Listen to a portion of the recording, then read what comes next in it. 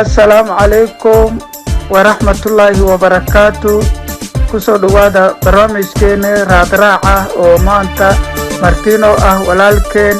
salaad oo idinku ba taqaaniin wariyaha radio Gari Global Network. salaad oo kusoo dhawow. Waanoo Maxmedow. salaad oo maanta waxaanu ka hadlaynaa degmada Huudaad sidii ay dagaalku sokeeye ka dhacay ama dagaalka Oromada iyo Soomaalida ka dhacay wariyaheeni oo noo tagay degmadaasi wuxuu noo soo gudbiyay fiidiyool fara badan iyo sawirro fara badan oo runtii qofkii arka ka naxaya sababtoo ah xarumihii dowladda ah oo dagaalka sokeeye ku burburay ama dagaalka Oromada iyo Soomaalida ku burburay oo midna aan la dayactirin shacabka iska badaa xarumihii dowladda sida iskuulada, isbitaalada, xafiisyada oo weli kulligood wada hawanaya. marka salaadow sideed u aragtaa adigu fiidiyowgaas kulli waan wada aragnay, maxaa kaaga baxay fiidiyowgaas? Rahmaan Rahiim. Horta degmada Huudaad waxaa cagti la mariyay 6 tuulo ayaa cagti marisay Oromadu. lixdaas tuulo ilaa hadda isbitaaladii iyo iskuuladii sidooda ay u burbursan yihiin. dagaalkaas waxaa laga joogaa 2 sano ayaa laga joogaa. degmada Huudaad 2 sano miisaaniyadeeda ay qaadatay ay geligay inta lagu dhisay qof meel hore jirtay ay la burburiyay meel burbursan dayactir waay meel cusub ma dhisayo war salaadow xarumahaasi haddaanu fiirino qaarkood waxaa ka maqan laamyeeri bes ah lacagta ku baxda haddaad qiyaasid waa 15,000 oo maaragtay bir ama 10,000 oo bir oo macal maaragtay waxaa ka maqan ba laamyeeriga iyo maaragtay rinjiga ah. qofka intaasi qaban waayay ma laga yaaba in ummadda uu maaragtay dibadejin u sameeyo, biyaha u sameeyo oo maaragtay waxyaalaha dadka barakeeyaashu u baahan yihiin inuu siiyo? ma laga yaaba qofka tiisaba dayacay? dowladda Korea kililka kuma idaynayno, laakiin maamulkii degmada iyo kuwii gobolka 6 tuulo burbursan qofkii dhisi waa xarumaha dowladda sida iskuulka, isbitaalada iyo xafiisyada dhisi inay shacabka jikada dhisaynin jikad.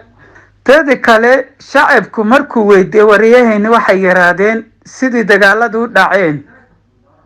meelahani tuulooyinkan hal qof oo mas'uul ah weligeen ma arkin bay yiraahdeen, wax noo yimaadaba ma arkin. sababtaas ayaa dayactir la'aan ku dhacday tuulooyinkan iyo maaragtay iskuulada iyo isbitaalada. wariyahayni waxaa kale weydiiyay caruurtii iskuulada dhigta xagee qabteen, wuxuu yiri geedaha hoostooda ayay wax ku bartaan. marka mas'uul daradaas intaas la eg salaadow maxaa ku qiyaasi kartaa adigu? Lord mas'uul daro aad u baasan ayaa taala gobolka Daawa hord muuqaal laga soo duubay odayaashii meeshii degmada tuulada qadiima ka soo hadlayeen waxay leeyihiin intaan meeshan ka soo noqonay 2 sano ayaa laga joogaa dagaalkii cid ka socota degmada oo imaatay ma jirto. dadkan xagay xukumayaan meeshaas waxay ka tirsantahay degmada Huudaad 6 tuulo ayaa burbursan oo xuduudda ku teersan ayaa burburtay. hadda 6 tuulo ay wax ka qaban waayeen oo dib u dejin iyo gargaar dadka ay u qaban waayeen meel ay wax ka qabteen kulay ma jirto. qof meel burbursan dhisi waayay kulay meel cusub ma dhisayo. gobolkooda waxaa meeshii yaalla ummadda loo shaqayn maayo ka shaqayso ayaa meesha taalla. teeda kale salaada waxaan ku weydiinayaa maalin dhoweed gobolka Daawa waxaa ka dhacay isla xisaabtankaasi degmooyinkaas maaragtay Huudaad ka mid tahay, Mooyaale ka mid tahay, maaragtay Qadaduma ka mid tahay, waxaa la siiyay lambar A ee macnaheedu tahay howshoodii waa guteen oo waa ka soo baxeen. meelihii aan aragnana sida aad ka muuqato waad u jeedaa. marka arrintaani ma isqaban kartaa in dadkaani ee la siiyo oo leeyahay howshoodii si fiican baa u guteen meelihiina saan u yihiin arrimahan ma isqaban karaan arrimahan wax isqaban karaya maaha degmada Hawdaad hadda 6 tuul ay burbursan tahay degmada Qadadum waan ognahay cabaadka ka soo yeeraya maalin kasta aan maqlayno iyo degmada Mooyaale dadka raad ay ku dhamaanayaan ayaa gudoomiyaasha meeshaas waxaa la siiyay number 1 ma kuwii waxay qiimeynta ku sameynayay ayaaba musuqa qofku lacagtu bixinta leegtahay ayaa qiimeyntiisu leegtahay mooyaane wax qiimeena meesha ka dhacay ma jiraan waa dulmi iyo cadaalad darro waxa meesha ka dhacay shicibkii baa la dulminaya waxa la qabanin baa leeyahay waa la qabtay qofka war number 1 ma uu qabtay waatan isbitaal baa burbursan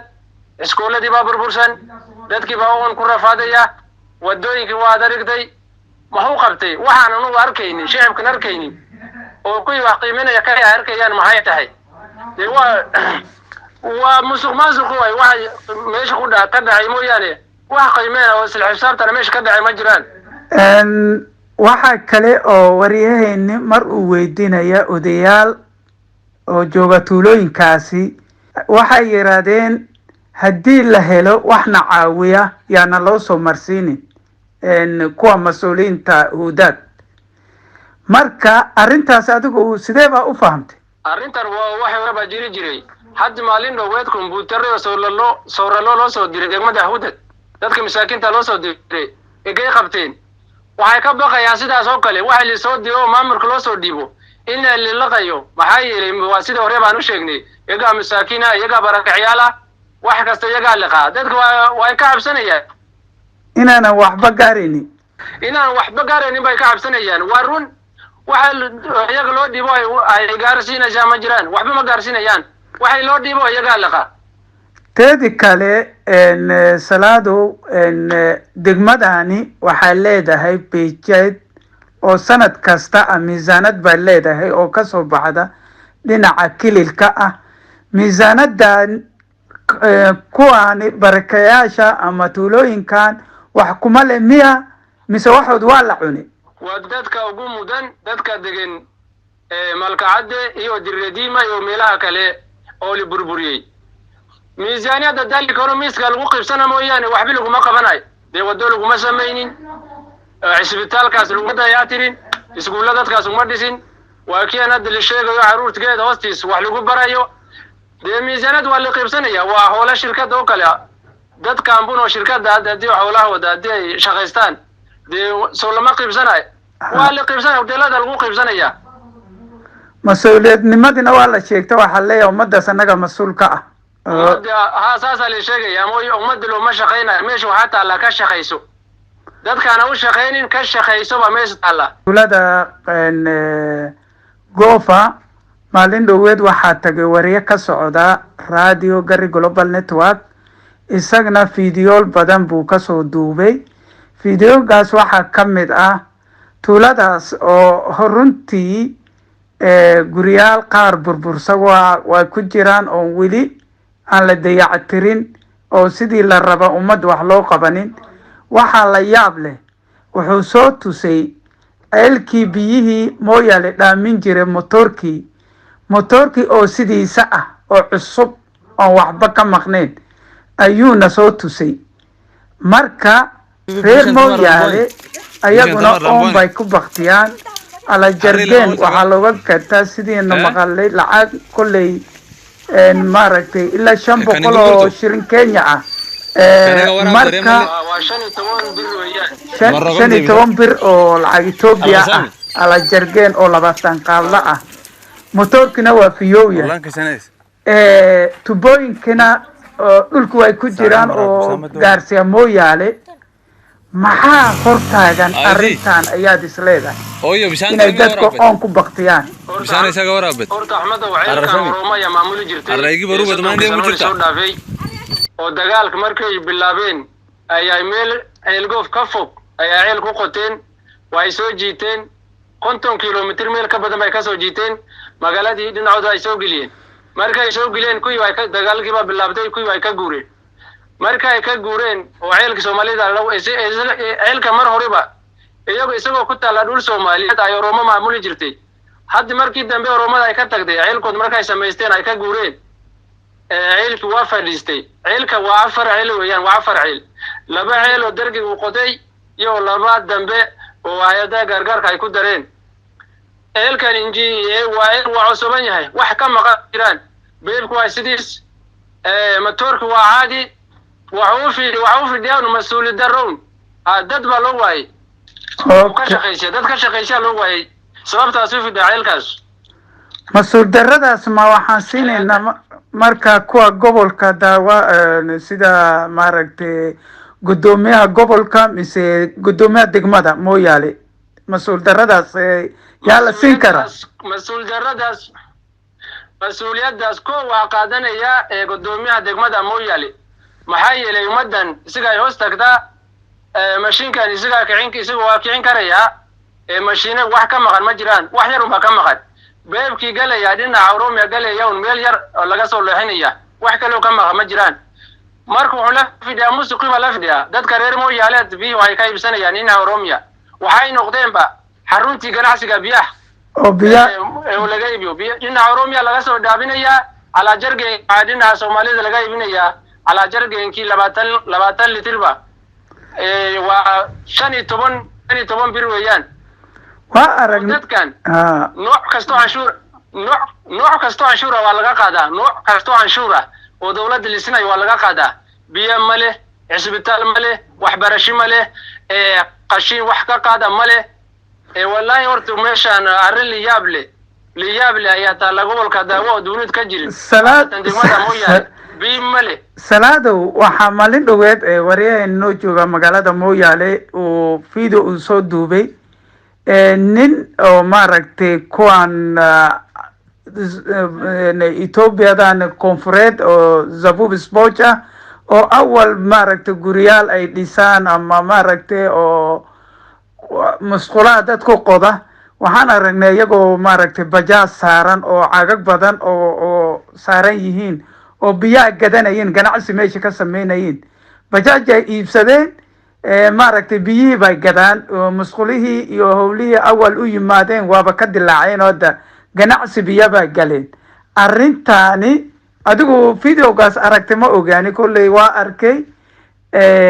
arrintaasi bal ka waran nin guri dhisi jiray musqul qoda jiray haddii bicshara fudud u soo baxdo oo biyo la dhaaminayo lacag laga helayo maxuu ka falayaa howshaas adeeg shaqo raqiis u soo baxday dadka reer Mooyaale dhinaca Soomaalidu waxay noqdeen meeshii biyaha lagu iibiyo dhinaca Oromada laga soo dhaaminaya biyaha meeshaas laga iibinaya dadkii masaakiinta oo lacag aan lahayn oo shaqaysan karin oo cidina maqneen wallahi arrintoodu waa adeeg tahay dadkaas meel yaro intay tagaan ayaa wax ka soo dhaastaan dhul biyo dhoobo oo dhiiqa ayaa cabaan meeshan dalkan Ilaahay ma maqan mooyaane cid ma maqna waxaan ka codsanaynaa dawladda in matoorkan cilgoof taagan in la kaaciyo waxba ma maqna wax yar mid soo leexay u baahan yahay wax yar oo 10 kilomitir ka badan salaado waqtigu aan gabagabo bal xooga yar bal maxaad la dardaarmi lahayd shacabka gobolka Daawa iyo maaragtay mas'uuliyiinta gobolka Daawaba shacabka gobolka Daawa waxaan u sheegay inay aqoon gartaan khaasatan dadka reer Mooyaale war canshuur bay bixisaan gabar shaqaysa iyo kii gaari rorta kii qaad cibiya qofka canshuur waa bixiya bima haysato isbitaal ma haysato waxbarashintaas maxaad canshuur ku bixinaysaa waa inaad garataa canshuur ku bixinayso waa inaad garataa waa inaad weydiisaa dawladda xaqaad u leedahay waa in biyo lagu siiyaa caafimaad lagu siiyaa waxbarasho caruurtaad la siiyaa markaas canshuurta si laga rabo salaado gobolka Daawo waxaa leeyahay xaqayni garta salaado waqtigu waa gabagabo ilaa aan waqti mar kale aan kulmi doono sida iyo nabadgelyo